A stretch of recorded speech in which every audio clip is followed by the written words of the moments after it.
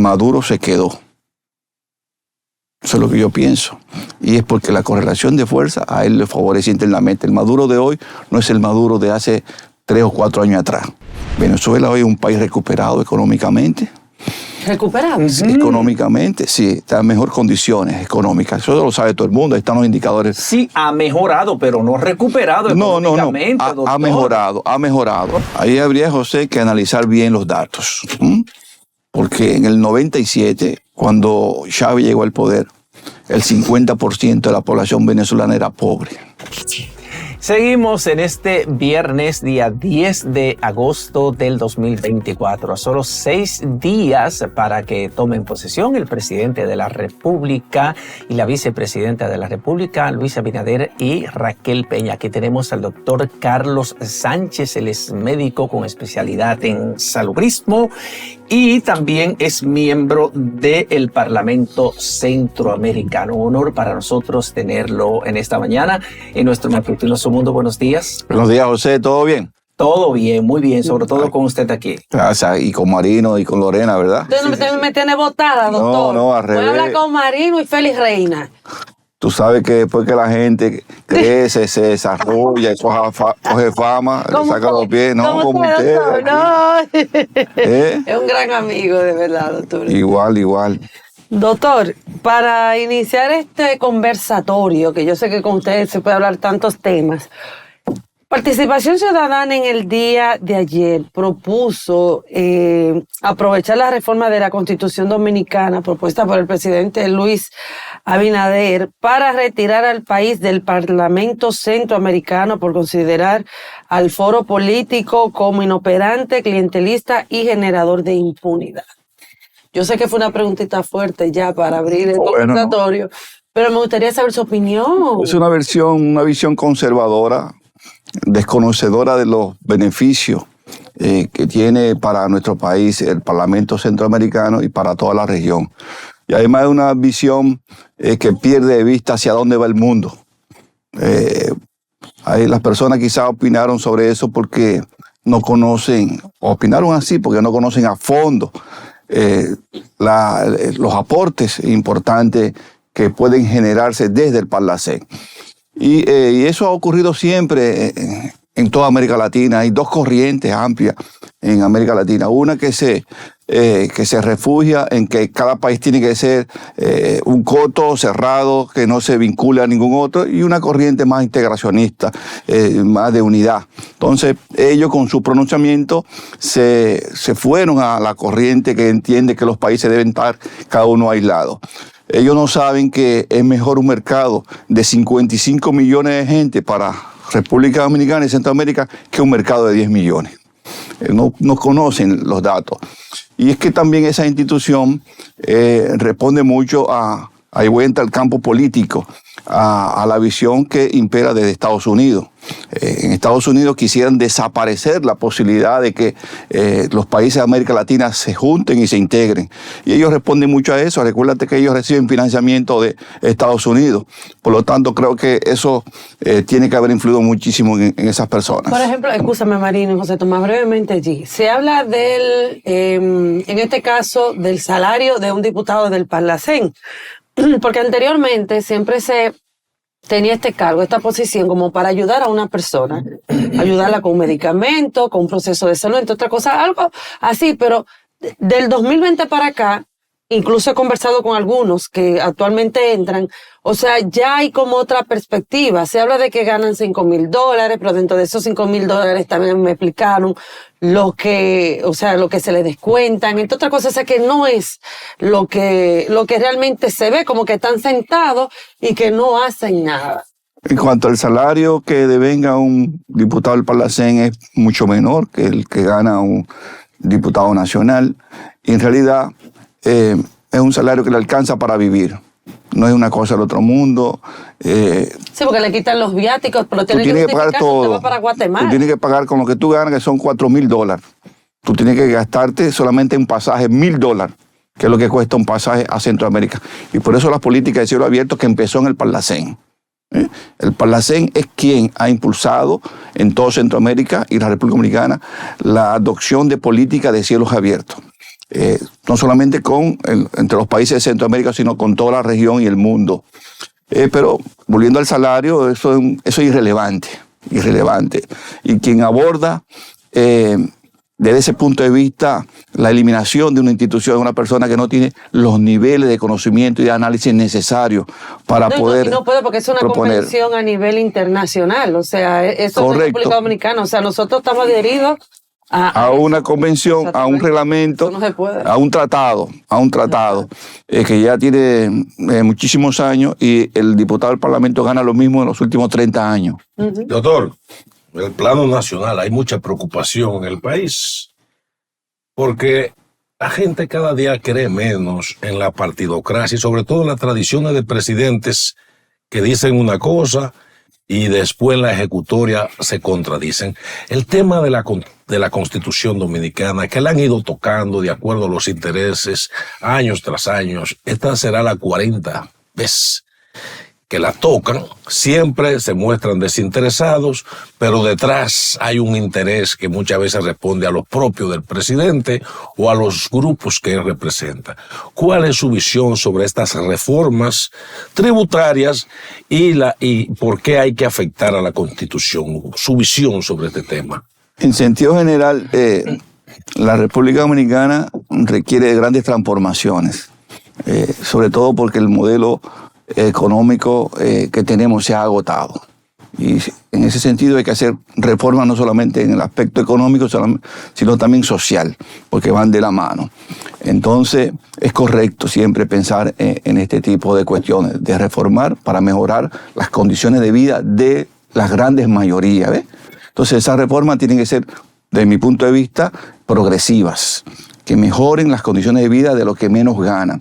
En un país que, como tú sabes, todavía tenemos grandes problemas en el orden de la distribución de la riqueza. Aquí la desigualdad en República Dominicana sigue siendo muy importante y el nivel de pobreza. Por lo tanto, siempre que se adopten reformas que vayan a mejorar las condiciones de vida de la población, hay que aplaudirlas. Y creo que el modelo se agotó y es necesario hacerlo en este momento. Se ha incluido una reforma a la Constitución, pero una reforma, digamos, que no tiene muchas pretensiones. Son aspectos muy puntuales y pequeños, que yo creo que en cierto sentido ayudarían también a darle más estabilidad al sistema democrático de la República Dominicana, sobre todo en el aspecto del candado para la no violación o no restablecer elementos que puedan permitir que un presidente en ejercicio quiera reformar la Constitución para continuar más allá de lo que establece la misma Constitución. Yo pienso que eso es positivo, puede darle más estabilidad al sistema, tanto a reforma constitucional, pero aquí se necesitan muchas reformas. Sobre todo la reforma integral al sistema fiscal de la República Dominicana, sistema tributario, algunos prefieren llamar reforma fiscal integral a lo que está concebido en la Ley de la Estrategia Nacional de Desarrollo al 2030, que fueron 3 grandes pactos: el pacto educativo, el pacto eléctrico, que ya ambos fueron firmados, y entonces el pacto fiscal, que está pendiente y que fue una responsabilidad que no asumió el gobierno de Danilo Medina. Entonces, algunos especialistas plantean que lo que debemos hacer es una reforma fiscal integral. Usted, como secretario general de la Alianza por la Democracia, ¿cómo concibe esa reforma? ¿Cómo usted entiende que debería ser encaminada esa reforma para que afecte lo menos posible a los sectores más vulnerables, a los sectores que menos ganan, que menos ingresos tienen, y que pueda entonces centrarse en la gente que más dinero gana? José, estoy totalmente de acuerdo que la reforma tiene que ser integral y que acompañe las 2 reformas que anteriormente se hicieron en el país, aunque algunas de ellas todavía no están funcionando adecuadamente. Una reforma fiscal tiene que ser integral, que aborde elementos económicos y elementos sociales. Y tiene que ser una reforma fiscal que tenga como objetivo fundamental mejorar la redistribución de la riqueza que producimos entre todos los dominicanos. Ese debe ser el objetivo fundamental de esa reforma. En ese sentido, cuando tengamos si tenemos ese objetivo por delante, mejorar la redistribución de la riqueza en la República Dominicana, tiene que ser entonces una reforma progresiva que afecten a los que más tienen, o que afecten, no, que los que más tengan puedan poner algo, y que los mayores beneficiados sean los que menos tienen, o sea, las capas medias y las capas bajas. Ese debe ser el sentido de la reforma. Por eso yo entiendo que deben tocarse algunos sectores, no solamente en el aspecto económico, como son el de mejorar la recaudación fiscal del gobierno dominicano, sino también mejorar las condiciones de algunos sectores sociales, como el de salud, seguridad social y la misma educación. Son elementos también que hay que tomarlo en cuenta para impulsarlo en este proceso de reforma. En el caso de salud, es muy evidente que nuestro país ya requiere grandes transformaciones en el sector. Sobre todo, tenemos que ir hacia la atención primaria en salud, que debe ser el pilar básico de la atención en salud en República Dominicana, con una visión preventiva y para promover la salud, que aún en nuestro país eso está un poco corto. Tenemos un sistema de salud muy curativo, basado en la recuperación del daño a la salud, con muchos hospitales, pero con muy poca prevención y muy poca promoción de la salud. Entonces, la reforma tiene que abordar todos estos elementos. No solamente mejorar las capacidades fiscales del Estado, sino también que el dinero que se consiga en esa reforma tiene que ir a sectores sociales vulnerables y a mejorar sectores específicos como la salud, la seguridad social y la educación en la República Dominicana, igual que la alimentación y la vivienda. Doctor, por otra parte, con relación a las elecciones de Venezuela, todavía no se sabe qué va a pasar. Hasta ahora, Maduro nuevamente es el presidente de Venezuela, a pesar de que la oposición ha dicho de que no es así, de que se cambiaron las actas, entre otras cosas. ¿Cuál es la posición del Parlacén? Porque tengo entendido que también hay diputados, ¿verdad?, de Venezuela. No. Y no, ya no hay. Venezuela es, en un momento fue observador del Parlacén, pero no están asistiendo ya hace algún tiempo. Exacto, por eso le hago hincapié. Entonces, en ese mismo orden, ¿cómo ustedes ven la situación de Venezuela? ¿Qué ustedes creen que tal vez podrían pasar de lo que ustedes han hablado y qué impacto esto tiene en los países de la región? El Parlacén como órgano político de la región de Centroamérica y la República Dominicana no ha tomado posesión sobre ese tema en sentido particular. Pero sí tenemos allá políticas que la abordamos permanentemente, como nosotros promovemos, primero, la paz. Segundo, promovemos la no injerencia en los países que conformamos el Parlacén. No injerencia de órganos internacionales, no injerencia de un país sobre el otro. Entonces son políticas permanentes en el Parlamento Centroamericano. Y nosotros esperamos que en Venezuela la situación que vive ese país se mejore y que salga fortalecida la democracia. Yo particularmente tengo una impresión y en perspectiva pienso que el gobierno de Maduro se mantendrá en el poder por los próximos años, como establece la constitución de ellos, por considerar que es que la correlación de fuerza a lo interno de Venezuela le favorece mucho a Maduro, y por considerar también que la situación geopolítica internacional también le favorece a Venezuela, en el sentido de que ya el mundo no aguanta más conflictos de los que existen ya, y que por tanto un conflicto más en Venezuela podría agravar la situación económica de buena parte del planeta, sobre todo el propio Estados Unidos. Pero usted prefiere que usted entiende que él se va a mantener en el poder por la correlación de fuerzas, pero bueno, y si no le favorecieron los votos en las urnas, que es lo que dice la oposición política, porque recuerde que duraron más de una semana la oposición política pidiendo que presentara las actas. Además, el Consejo Nacional Electoral, cuando lo proclamó ganador, no dijo cuántos votos sacó y solamente se limitó a decir el porcentaje.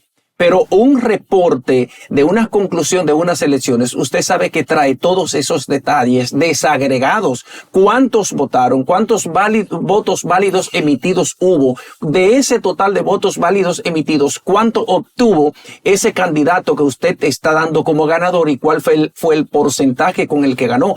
Esa información no la ofreció el Consejo Nacional Electoral, lo que hace a uno sospechar que la exigencia y el reclamo de la oposición política encabezada por María Corina Machado y Edmundo González Urrutia tenía razón, porque en ningún momento ha habido una transparencia y de alguna manera esto cuestiona la integridad del proceso electoral. Entonces que se mantenga Nicolás Maduro en la presidencia de Venezuela, independientemente de que haya sido con base a un fraude por evitar un conflicto más. Pero él tiene un conflicto permanente en Venezuela porque se está yendo todo el mundo de Venezuela. 7.7 millones de venezolanos se han ido del país.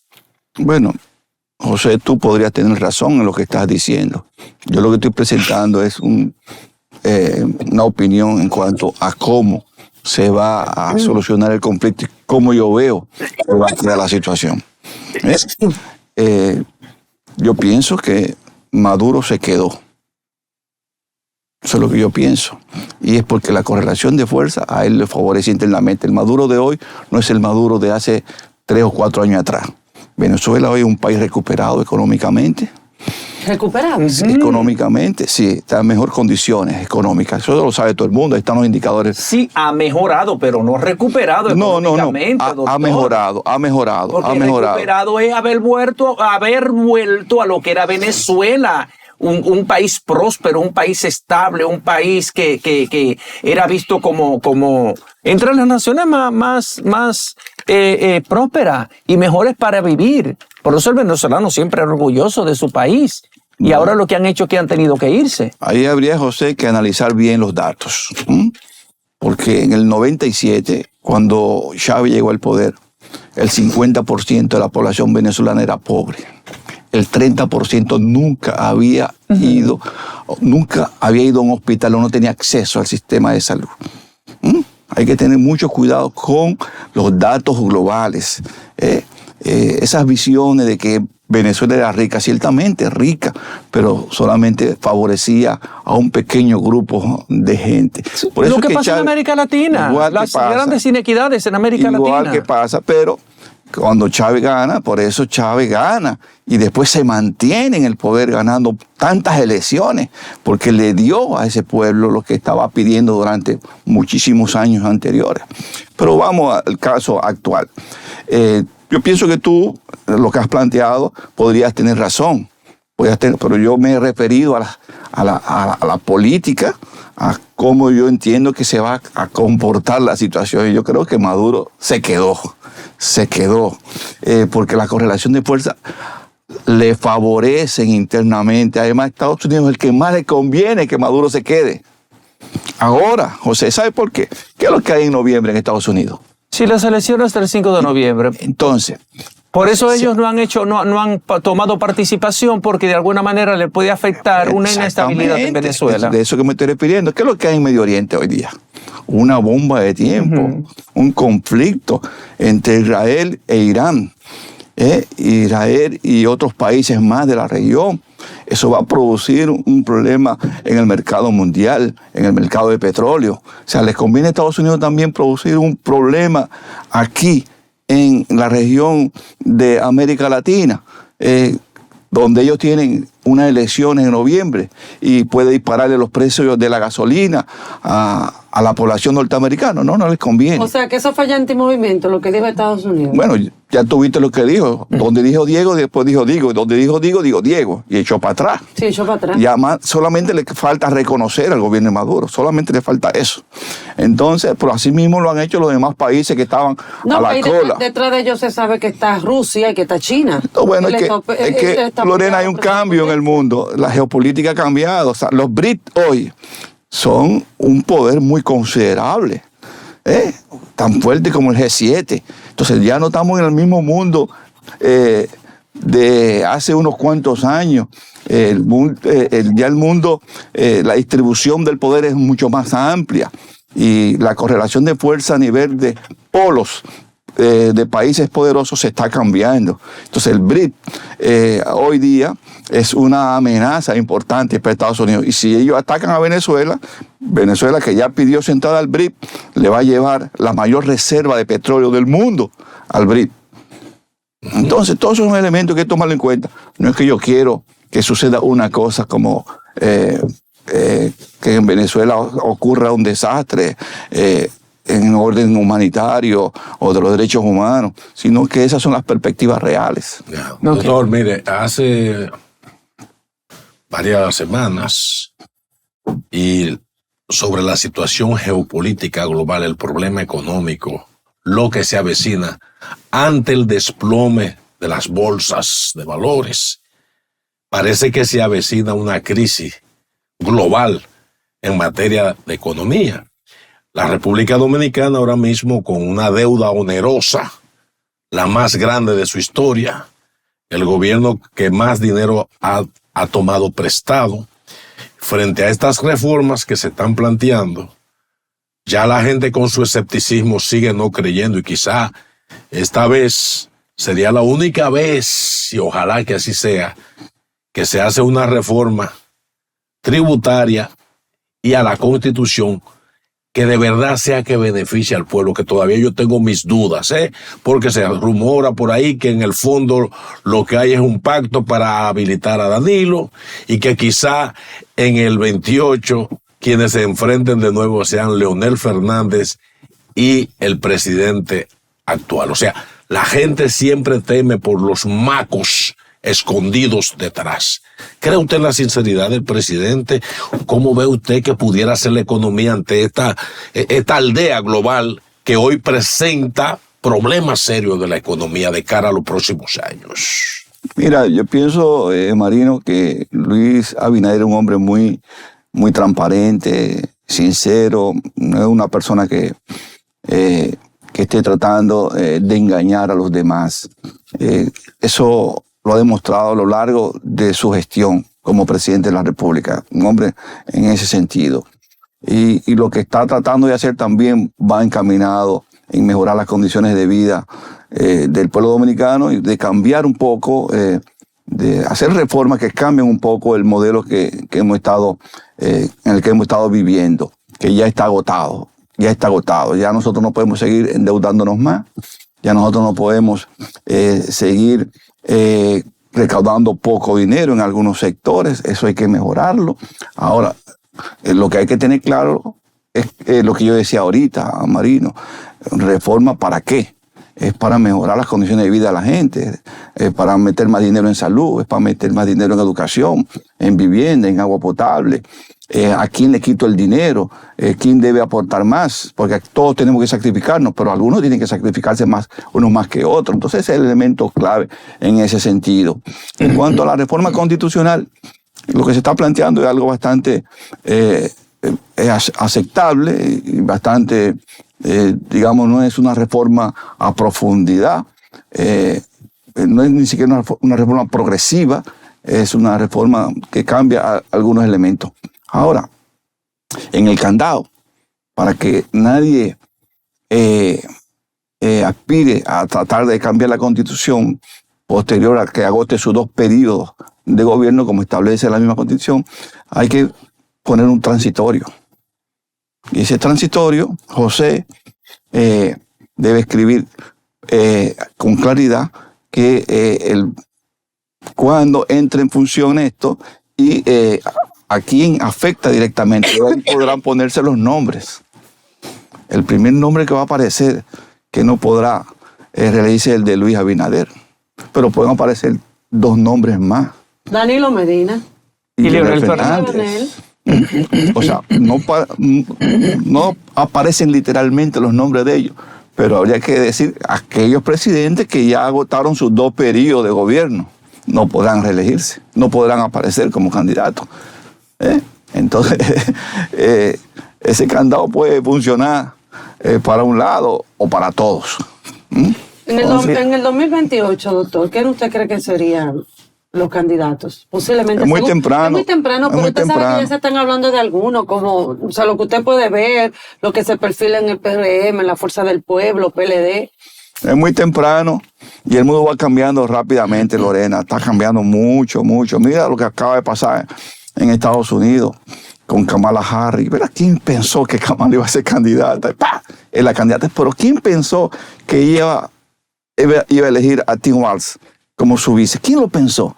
El modelo que se está usando en Estados Unidos es que un progresista como candidato a la presidencia escoge a un vicepresidente de centro, derecha o de extrema derecha, como para hacer un equilibrio. Un equilibrio. Con Tim Walz pasó todo lo contrario. El más progresista de todos los progresistas dentro del Partido Demócrata fue escogido. Es una visión totalmente distinta a lo que ocurría antes en Estados Unidos. ¿Hacia dónde va Estados Unidos? Probablemente se encamine ahora a tener un modelo más progresista si gana Harris y Walz. Mucho más progresista. Y eso va a cambiar toda la geopolítica mundial.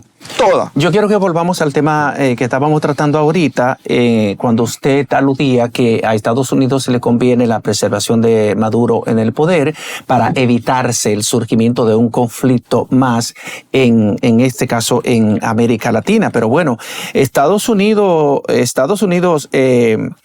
PDVSA, por ejemplo, está prácticamente quebrada y no está en capacidad de explotar el petróleo que tiene. Es verdad que Venezuela sigue teniendo una de las mayores reservas de petróleos en la región, pero no está en capacidad de explotar ese petróleo que tiene, y tendría de alguna manera que para explotarlo llegar a algún acuerdo con otro de los países compradores de petróleo. Entonces, en esas condiciones, usted entiende como quiera que a Estados Unidos lo que le conviene es que Maduro se mantenga en el poder por encima de la voluntad popular, obviamente soportado por la cúpula militar, que es quien lo tiene ahí. Porque si él pierde el apoyo de los militares, o aparece una franja de los militares que quieran apoyar este proceso democrático en Venezuela y crear las condiciones para la salida de Maduro, entonces no creo que se preserve en el poder Maduro. Bueno, José, primero sobre la explotación de petróleo en Venezuela. Ha mejorado bastante la explotación y producción de petróleo en Venezuela en los últimos 2 años. Y no sé si tú sabes que ellos tienen un contrato con la Chevron. Muy importante. ¿Y quién es la Chevron? Dígame.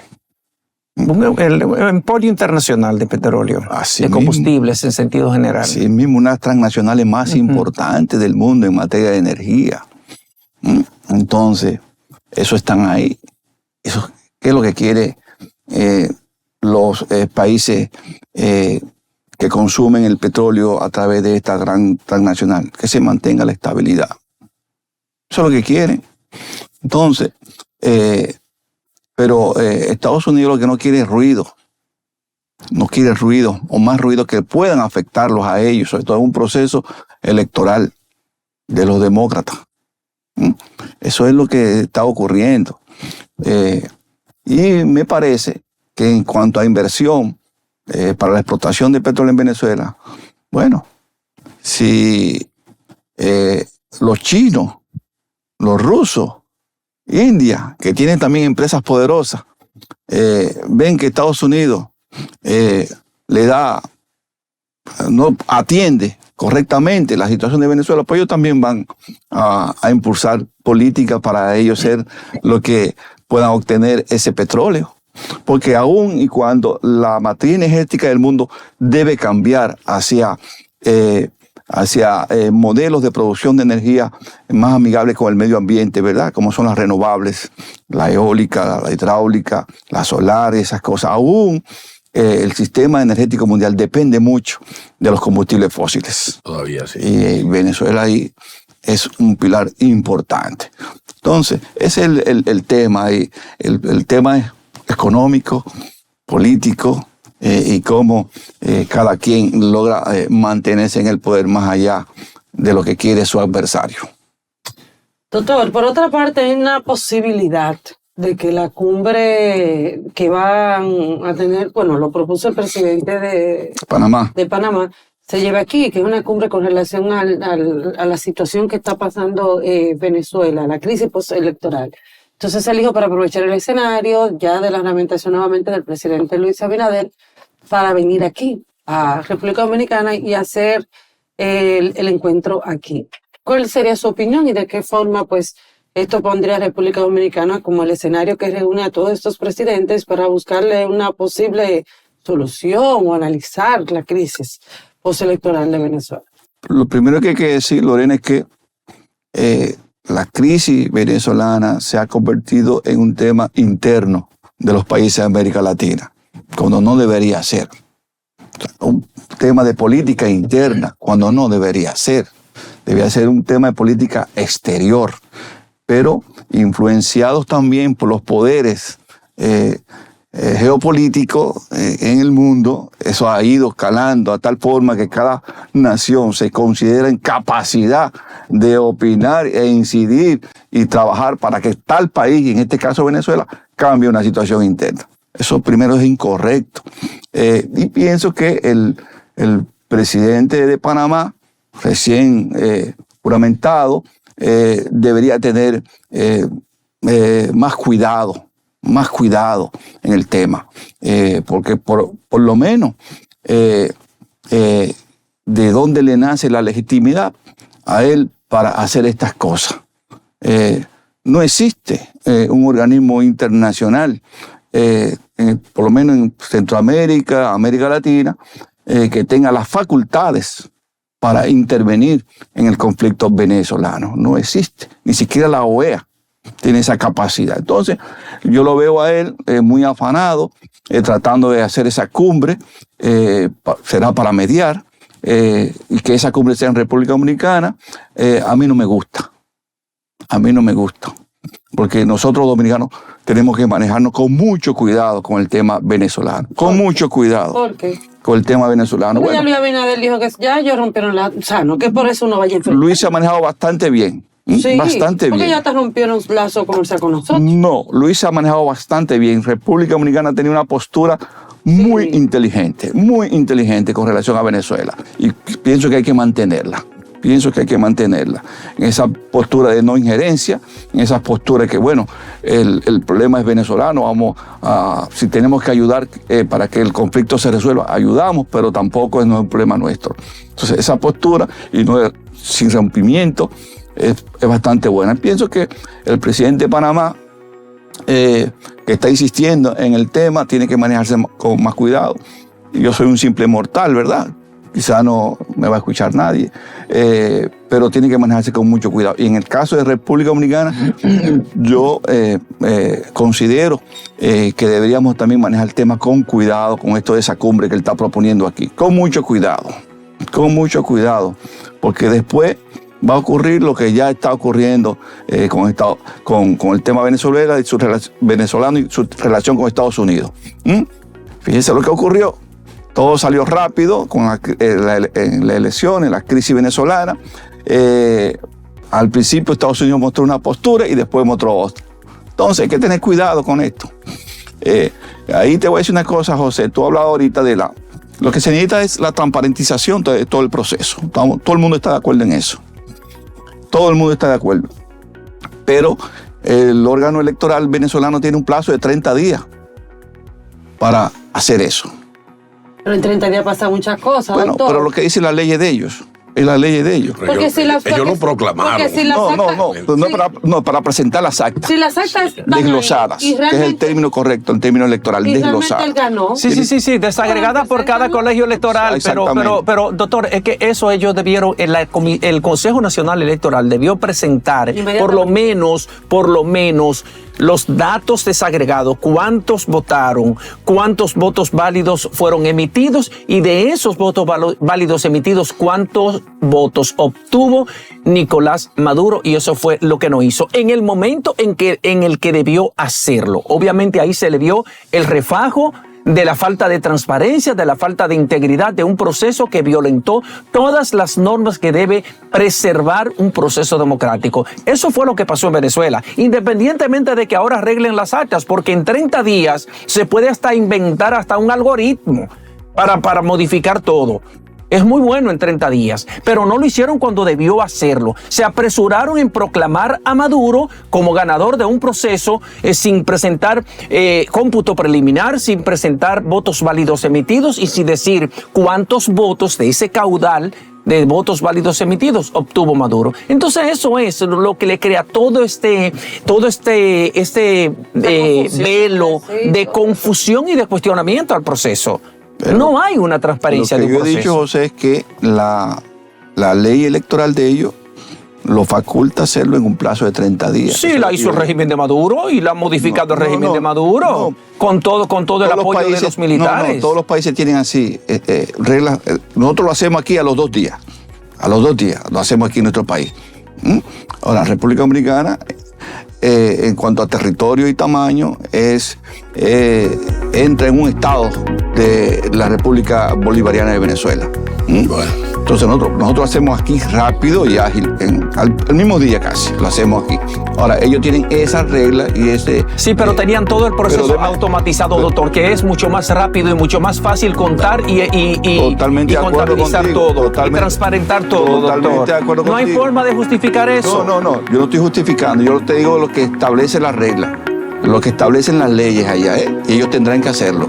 Es lo que te estoy diciendo para uno también tener claro, porque muchas veces, José, nos llegan informaciones que uno la considera válida, que no son correctas, también, que son manipuladas. En una crisis lo primero que muere es la verdad, lo primero que cae es la verdad. Entonces, yo soy delegado político electoral de mi partido durante muchos años y conozco cómo funcionan los sistemas electorales. A mí no me va a decir María Corina Machado, que tuvo también la posibilidad de poner sus delegados en todas las mesas, aunque según informe que tenemos extraoficiales, ellos apenas pudieron cubrir el 30% de los delegados en un territorio tan grandote. ¿Y si no se lo permitían? No se lo permitían, No sé si se lo permitían o no. Pero usted vio que no se lo estaban permitiendo y le estaban creando cortapisas y metieron preso a gran parte de la oposición política, doctor, que fue un proceso viciado desde el principio. Bueno, no es eso lo que quiero señalar. Es que ella tiene acceso también a través de sus delegados a las actas. Igual que todos los partidos que participaron en ese proceso, que fueron 9. Fueron 9 partidos de oposición que participaron en ese proceso. Lo que te quiero decir es que cuando ella presenta las actas, nada más presenta una parte de las actas y solamente presenta donde ellos ganaron. De ese punto de vista tú te das cuenta que hay algo que no es correcto. Porque eso no es posible, que tú ganes el 100% de todas las mesas. Eso no es posible en ninguna parte del mundo. Y solo presenta esa porción de actas. Entonces, llamo la atención sobre eso también, sobre ese elemento. Naturalmente, ahí hay que aclararlo todo, hay que transparentizar todo, y el primero interesado en hacer eso debe ser el órgano electoral de la propia República Bolivariana. Bueno, espero que cuando usted vuelva esté todo más claro. Claro que si te sacaste de su casa, te gustó verlo. El ampalla al favor tiene Maduro, pero todo, absolutamente todo, hasta el que hace las bolas.